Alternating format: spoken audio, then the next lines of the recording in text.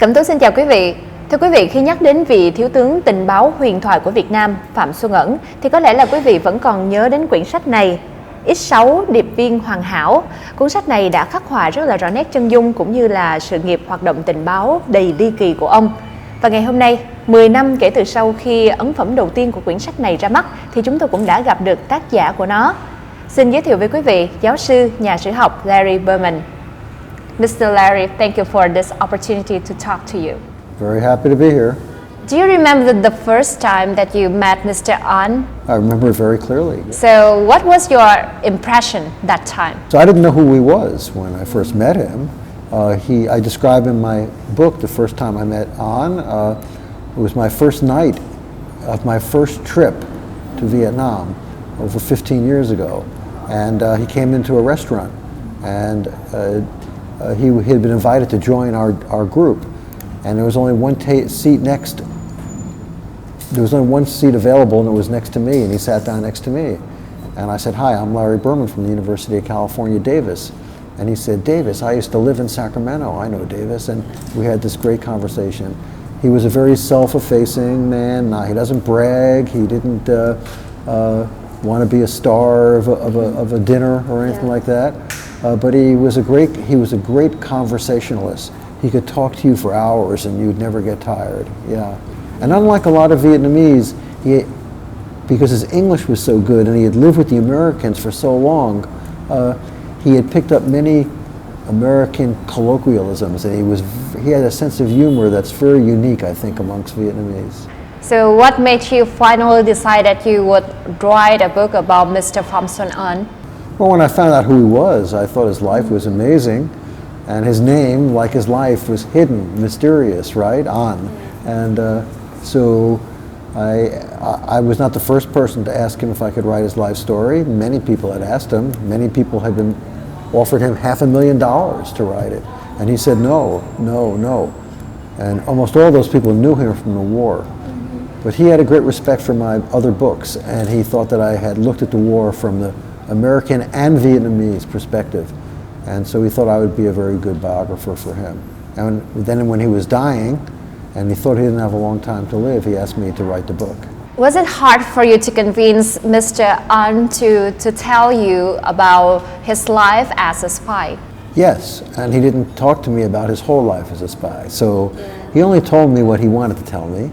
And most of the top secrets and the things that he did, he didn't probably tell me. But he told me enough, and I found a lot of things. My book is not just what he told me. It's a lot of research, a lot of writing. I interviewed over 100 people. He didn't tell me enough to fill the book, so I filled the book with other things. How did you know that he was telling you the truth? So that's a great question, and I ask myself that every day. And I only put things in the book that I could corroborate with one or two other sources. And there were things he told me that I couldn't corroborate, and I just didn't put them in the book. I didn't use it. But he didn't lie to me. I didn't find one place where he had told me something that wasn't true. Because even the things I didn't use, it was because I couldn't prove it. I didn't have a second source or a third source. But from my knowledge, I think it's true. So was there anything else that made him different from other spies? Well, he lived, first of all. He survived. Most Vietnamese spies during that time got caught by the southern intelligence agencies, and they were tortured and killed. So that makes him unique. Second is the way he operated. He operated just as a single person with a courier, Win Thi Ba, and a network, the H-22 network. But he would write his reports in invisible ink, and he would wrap them up as covers for traditional Vietnamese roles. He would meet his courier, and how this all happened is an amazing story. And he never got caught, not once. He had even trained his dog to not only be a good lookout, but to go to use a certain tree at a certain time, and there would be a message waiting at that tree for Ahn to retrieve. So everything was just very, very sophisticated. When news about Mr. Ahn being a communist spy broke out, did any Americans knew him felt that they had been betrayed?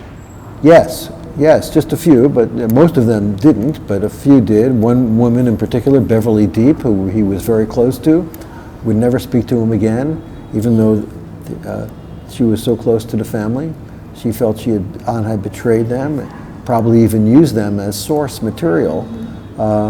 And then one or two other people who weren't as close to Ahn.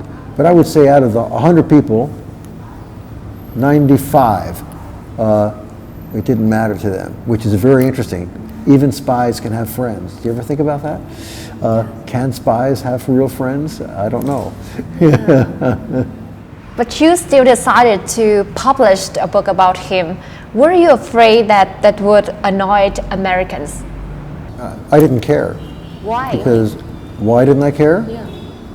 Because I was writing a book about. I think it's good if people read a book and get angry or they don't agree with it. It doesn't matter to me. I write what I think is the truth. I'm a historian, and if someone is going to get upset at what I write, then that should not be the reason I don't write it. And I always say to people, who did Ahn betray? Who did he betray? He had only taken one oath, and that was to Vietnam. He didn't betray. He didn't know anything to the United States. And what would the people who feel Ahn betrayed them, like Beverly Deep, what would she do if an army of Vietnamese invaded the United States? Would she fight to defend her country? Would she do anything possible to defend her country? Yeah, she probably would. So I think it's a double standard by which people judge Phạm Xuân Ẩn. He was a spy.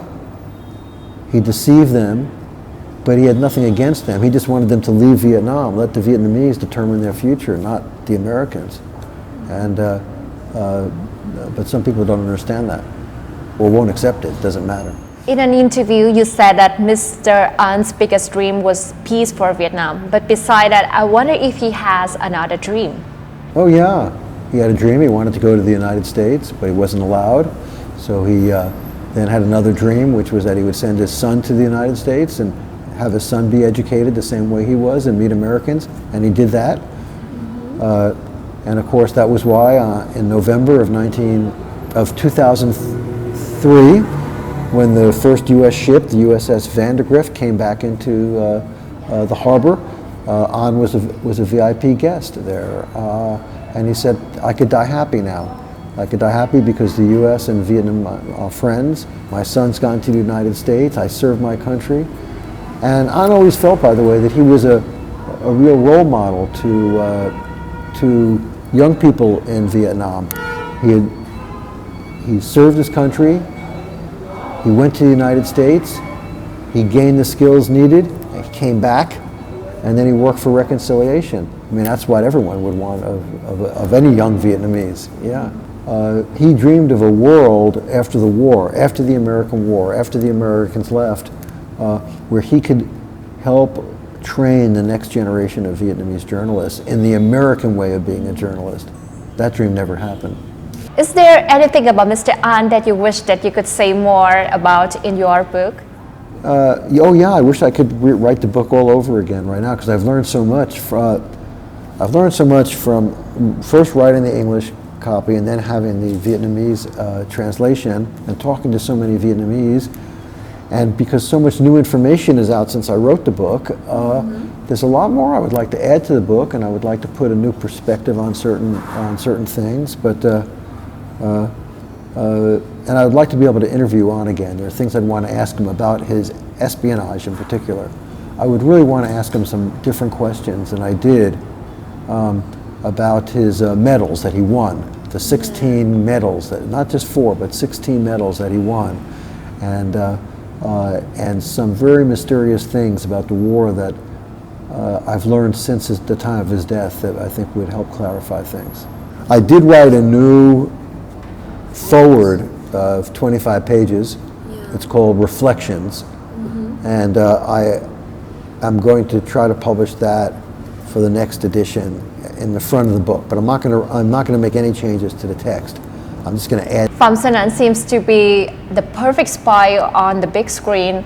During your previous trips to Vietnam, you were finding for partners to make a movie based on your book. So, is there any progress so far?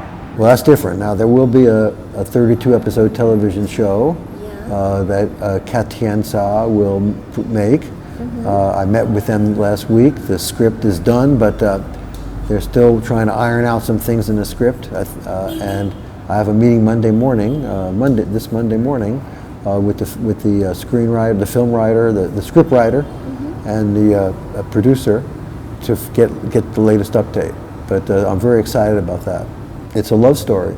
A love story. Yeah, of Phạm Xuân Ẩn. It's a love story about Phạm Xuân Ẩn love for America, Vietnam, and the evolution of that love story, and the tensions it created when you love two different women at the same time. What is your visualization for Phạm Xuân Ẩn on the big screen? Would it be a Vietnamese James Bond? Well, you see, the series we're talking about will be small screen, TV screen. I would like to have a movie one day made. That would be my big dream. And I would like to see it, not James Bond, because Phạm Xuân Ẩn was not someone who wanted fast cars and fancy women and all the things like that. I don't even think he ever fired a gun in his whole life, right? So it would have to be a different kind of spy, but maybe the lonely spy or the quiet spy, because the mysterious spy. Yeah, we are really looking forward to it. Thank you so much for sharing information. Well, thank you.